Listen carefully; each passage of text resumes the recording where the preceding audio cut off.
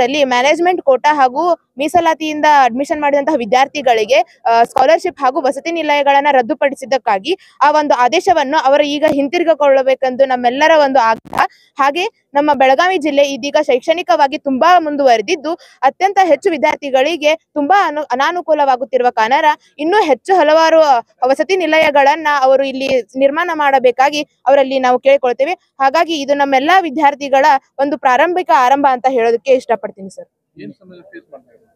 ಈಗ ಎಲ್ಲಾ ವಿದ್ಯಾರ್ಥಿಗಳು ಮ್ಯಾನೇಜ್ಮೆಂಟ್ ಕೋಟಾದಿಂದ ಅವ್ರು ಅಡ್ಮಿಷನ್ ಮಾಡಿ ಬಂದಾಗ ಅವರಿಗೆ ಸ್ಕಾಲರ್ಶಿಪ್ ಅವರಿಗೆ ಹಾಸ್ಟೆಲ್ ಸಿಗೋದಿಲ್ಲ ಸರ್.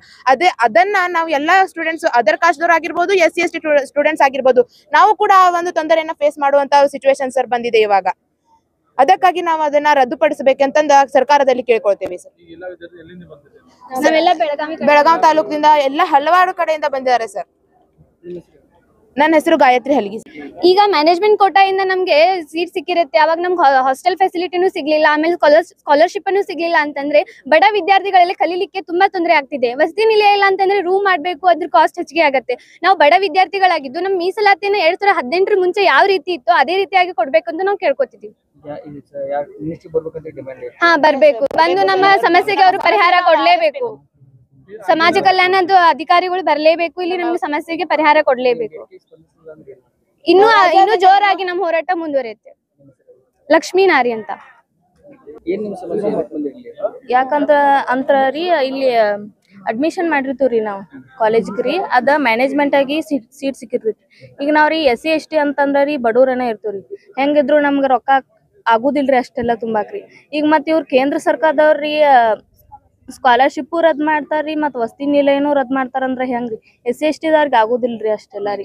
ಈಗ ನಾವ್ ಇಟ್ಟೆಲ್ಲಾ ರೊಕ್ಕ ತುಂಬಿರಿ ಅಷ್ಟೆಲ್ಲಾ ಹಚ್ಚು ಬದ್ದಿರಿ ನಾವ ಮತ್ತ ಇವ್ರಿಗೆ ಇನ್ನ ಬೇಡಿಕೆ ಜಾಸ್ತಿ ಇಟ್ಟಿದ್ರಿ. ಇದನ್ನ ಇಟ್ಟಿದ್ದನರಿ ಇವ್ರ ಕಡಿಮೆ ಮಾಡ್ಯಾರ್ರಿ. ಇದನ್ನ ನಾವ್ ಬೇಡಿಕೆ ಇಟ್ರಿ ಇದನ್ನ ಹಿಂಪಡೆಯಬೇಕಂತ ನಾವ್ ಕೇಳ್ಕೊಳ್ತೀವಿ. ಈಗಾಗಲೇ 2018ರಲ್ಲಿ ಕೇಂದ್ರ ಸರ್ಕಾರ SC ST ಗೆ ಸಂಬಂಧಪಟ್ಟಂತೆ ಒಂದು ಆದೇಶವನ್ನ ಹೊರಡಿಸಿರ್ತದೆ. ಯಾಕಂದ್ರೆ ಇದು CET-ಯಲ್ಲಿ ಕೆಲವೊಬ್ರು ಎಲ್ಲರಿಗೂ ಒಂದು ಕರ್ನಾಟಕದಲ್ಲಿ ಒಂದು 50,000 ಸ್ಟೂಡೆಂಟ್ಗಳು ಗೌರ್ಮೆಂಟ್ ಸೀಟ್ ನಲ್ಲಿ ಪಡೆದುಕೊಳ್ಳಬೇಕಾದ್ರೆ ಸರ್ಕಾರ ಅಷ್ಟೊಂದು ಸೀಟ್ ನಮ್ಗೆ ಹೊಸಲ್ಲ. ಒಂದು ಸರ್ಕಾರಿ ಸೀಟ್ಗಳನ್ನ ಹೆಚ್ಚು ಮಾಡಿ, ಇಲ್ಲ ಅಂದ್ರೆ SC ST ಅವರಿಗೆ ರಿಸರ್ವೇಶನ್ ಕೊಡಿ. ಅದನ್ನ ಬಿಟ್ಬಿಟ್ಟು ಸರ್ಕಾರಿ ಸೀಟ್ಗಳನ್ನ ನೀವು ಹೆಚ್ಚು ಮಾಡ್ದೇನೆ, ನೀವು ನಮ್ಗೆ ಎಲ್ಲರೂ ಕೂಡ ಗೌರ್ಮೆಂಟ್ ಸೀಟನ್ನ ನೀವು ಕೊಡದೇನೆ ಇನ್ನು ಕೆಲವರು ಒಂದು 50% 40% SC ST ಸ್ಟೂಡೆಂಟ್ಸ್ ಮ್ಯಾನೇಜ್ಮೆಂಟ್ ಕೋಟಾದಲ್ಲಿ ಅಡ್ಮಿಷನ್ ತಗೊಳ್ಬೇಕಾಗಿರ್ತಕ್ಕಂಥ ಸನ್ನಿವೇಶಗಳು ಕರ್ನಾಟಕದಲ್ಲಿ ಬಂದಿದೆ. ಆ ಒಂದು 2018ರಲ್ಲಿ ಯಾರು ಮ್ಯಾನೇಜ್ಮೆಂಟ್ ಕೋಟಾ ಅಡಿಯಲ್ಲಿ ಅಡ್ಮಿಷನ್ ತಗೊಳ್ತಾರೆ ಅವರಿಗೆಲ್ಲ ಕೇಂದ್ರ ಸರ್ಕಾರ ಸ್ಕಾಲರ್ಶಿಪ್ ವಸತಿ ನಿಲಯಗಳ ಕೊಡ್ತಾ ಇತ್ತು, ಸಮಾಜ ಕಲ್ಯಾಣ ಮತ್ತು ಬುಡಕಟ್ಟು ಕಲ್ಯಾಣ ಇಲಾಖೆ ಅಡಿಯಲ್ಲಿ. ಅವರ ಒಂದು ಸೋಷಿಯಲ್ ಜಸ್ಟಿಸ್ ಅಂಡ್ ಎಂಪವರ್ಮೆಂಟ್ ಒಂದು ಸಮಾಜ ಕಲ್ಯಾಣದ ಮಿನಿಸ್ಟ್ರಿ ಡಿಪಾರ್ಟ್ಮೆಂಟ್ ಆದೇಶದ ಒಂದು ಹಿನ್ನೆಲೆಯಲ್ಲಿ ನಮ್ಗೆ ಕರ್ನಾಟಕದಲ್ಲಿರುವ ಅಥವಾ ಭಾರತದಲ್ಲಿರುವ ಯಾವುದೇ ಒಬ್ಬ ಸ್ಟೂಡೆಂಟ್ಗೂ SC ST ಹಾಗೂ OBC ವಿದ್ಯಾರ್ಥಿಗಳಿಗೆ ಮ್ಯಾನೇಜ್ಮೆಂಟ್ ಕೋಟಾ ಅಡಿಯಲ್ಲಿ ಪ್ರವೇಶಾತಿ ಪಡೆದುಕೊಂಡಿರುವ ಎಲ್ಲಾ ವಿದ್ಯಾರ್ಥಿಗಳಿಗೆ ಸ್ಕಾಲರ್ಶಿಪ್ ಹಾಗೂ ಹಾಸ್ಟೆಲ್ ಫೆಸಿಲಿಟಿ ಕೊಡ್ತಾ ಇಲ್ಲ. ನಮ್ದೇನ್ ಬೇಡಿಕೆ ಇದೆ, ನೀವು ಅಕಸ್ಮಾತ್ ಆಗಿ ರದ್ದು ಮಾಡೋದೇ ಆದಲ್ಲಿ APL ಕಾರ್ಡ್ SC ST ಜನರಿಗೆ SC ST ವಿದ್ಯಾರ್ಥಿಗಳ APL ಕಾರ್ಡ್ ಇದ್ದವ್ರಿಗೆ ರದ್ದು ಮಾಡಿ, BPL ಕಾರ್ಡ್ ಇದ್ದವ್ರಿಗೆ ಯಾಕೆ ರದ್ದು ಮಾಡ್ತೀರಿ? ಇದು ಕೇಂದ್ರ ಸರ್ಕಾರ ಒಂದು ಅವೈಜ್ಞಾನಿಕವಾಗಿ ಇದು ಒಂದು ಆದೇಶ ಹೊರಡಿಸಿದೆ.